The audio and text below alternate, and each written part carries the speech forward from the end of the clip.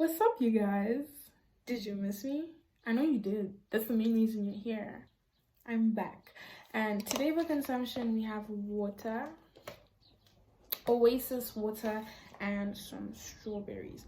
And a quick tip for my fruit lovers out there: when you purchase your strawberries, don't be so quick to eat them, especially if you like just got them and you're in the car and you want to just like hum yum yum yum. No, rather get home first and then wash your strawberries. The best way to wash them is to put them in a bowl, fill it with a bit of water, add some salt, and leave it for a good 5 to 10 minutes.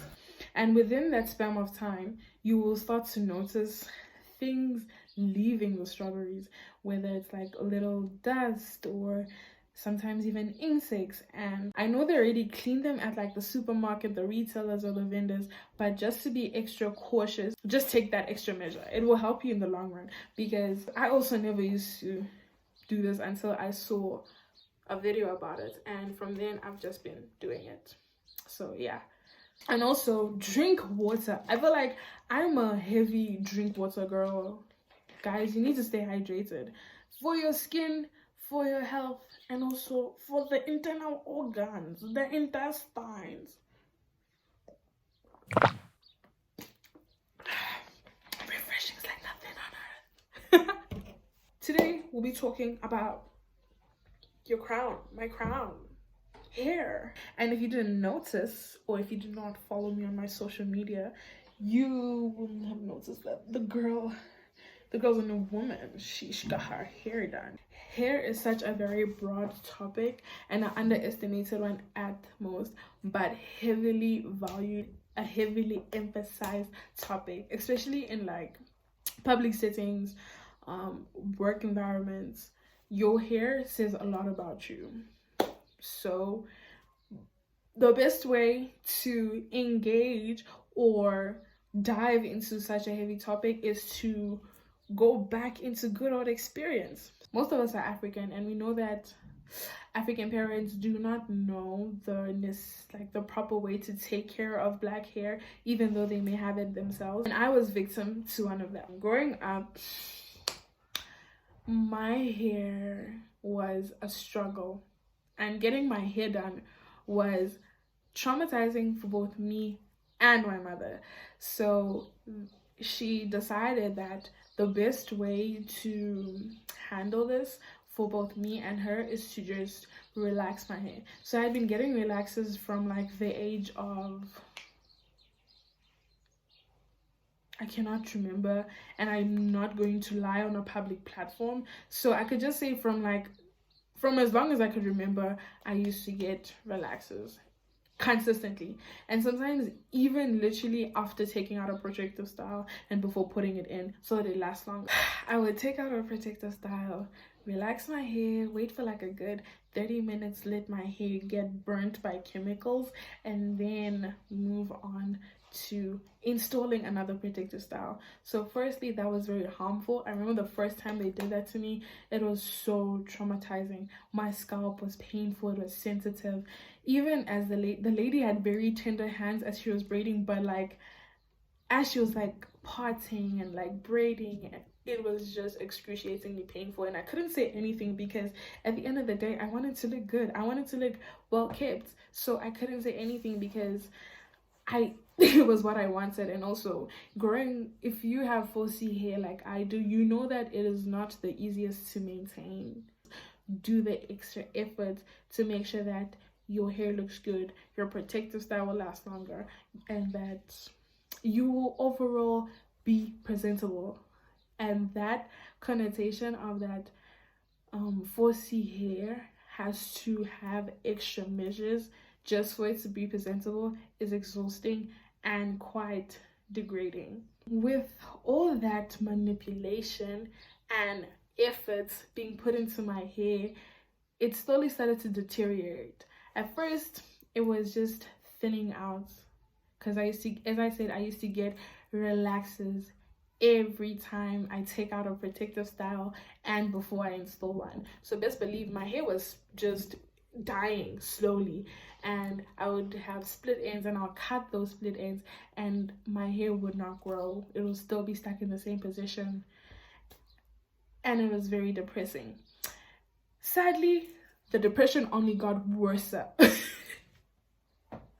Proper definition of the pressure is getting worse, because as my hair is just thinning out and not thriving as hair should, that's when the natural hair community decided to thrive and come up with like twist outs, wash and goes, and curl definition, and la di da di da. We all remember that whole natural hair movement, and I was suffering with FOMO.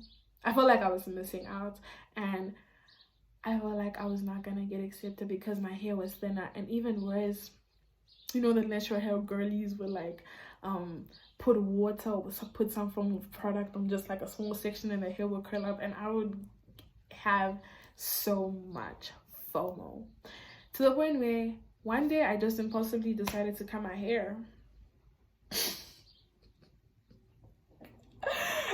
And you know what's funny? I didn't even know how I wanted my hair to get cut, but next thing you know, I was just sitting in this barber shop, and the man asked me, what do you want me to do for you?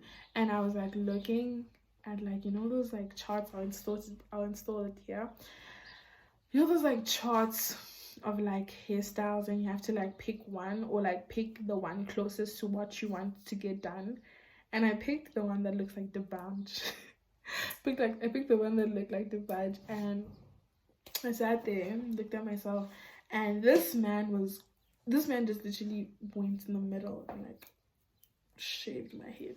And I was like, damn, I really did this. Because like he shaved it to the point where so like this part is natural and this part is relaxed. So he literally just cut in between there to leave me with only the natural parts of my hair.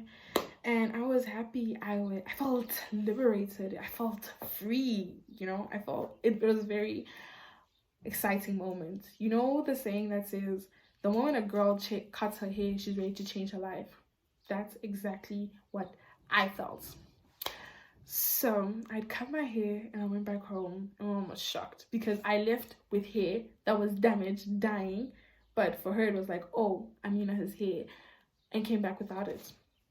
And the worst part was that my hair was natural, and it was like almost like a first step to my new journey, but I did not have edges.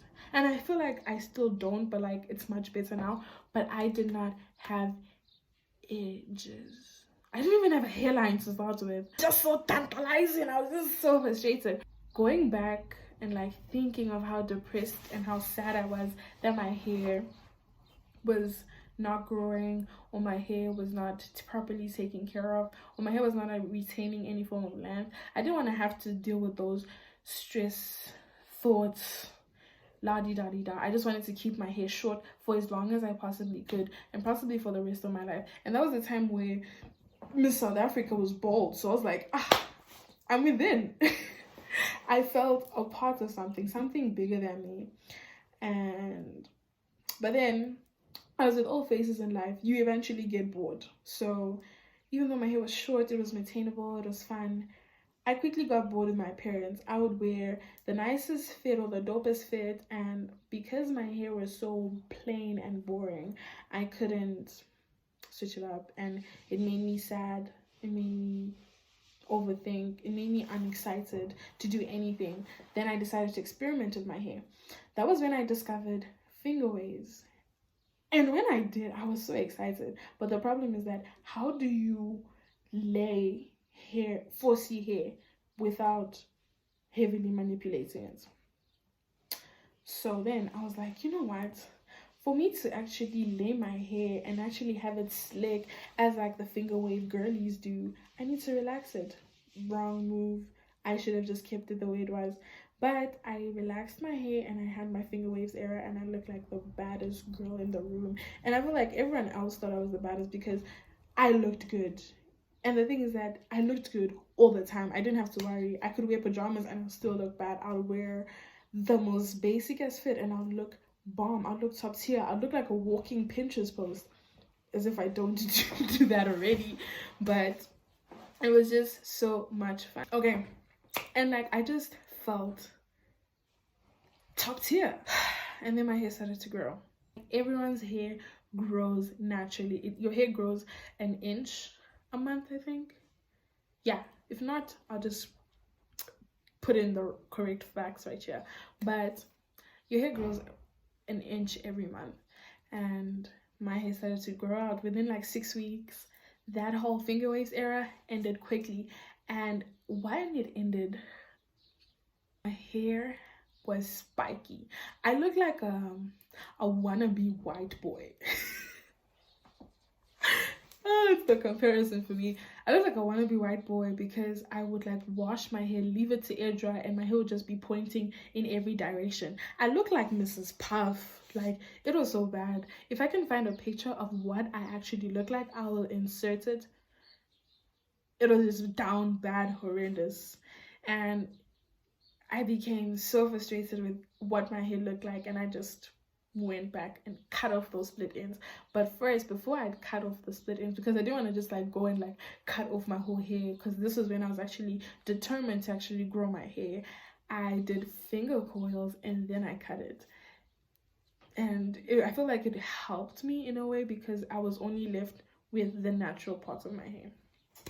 And that's when my hair started to grow and glow and flourish. And that's when I actually started to love my hair for what it is. If you want to also grow your hair, protective styling is the way to go. And I'm not just saying short-term protective styling where you install a 7-hour knotless box braids, twist, whatever hairstyle you want to do, and then take it out a week or 2 weeks later. That is a waste of time, money, and hair, and actually increases your level of breakage. So if you rather want to see growth, sit for those 6-7 hours and then wait a long period.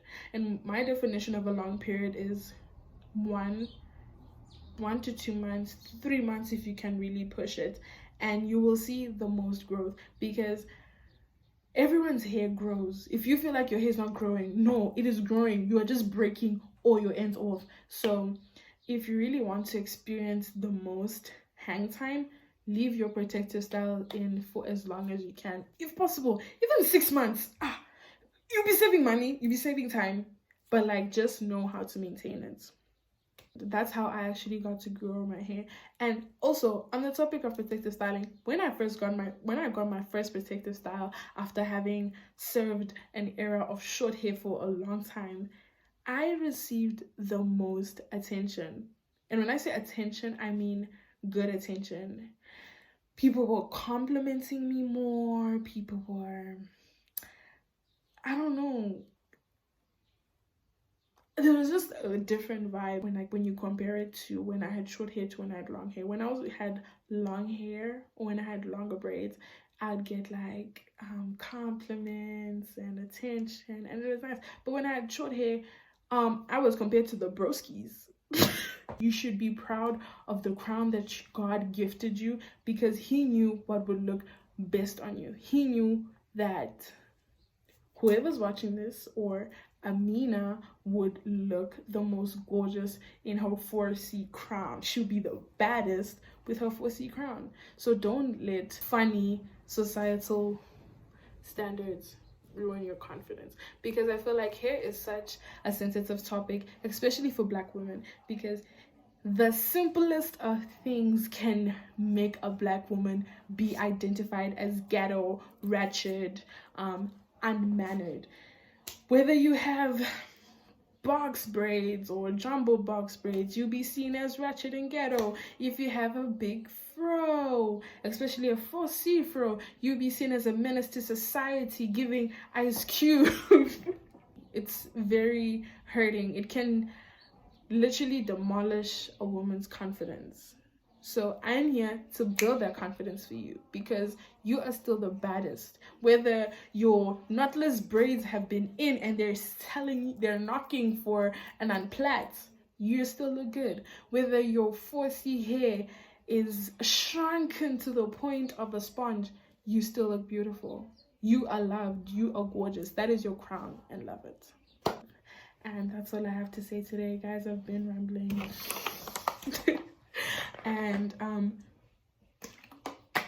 basically just hold your crown up high, maintain it, polish it, love it, and yeah, that's it for my TED Talk. And also, I'm going to be introducing a new segment on my YouTube channel called the Overthinking Diaries, where I just let out everything that's up here onto you guys.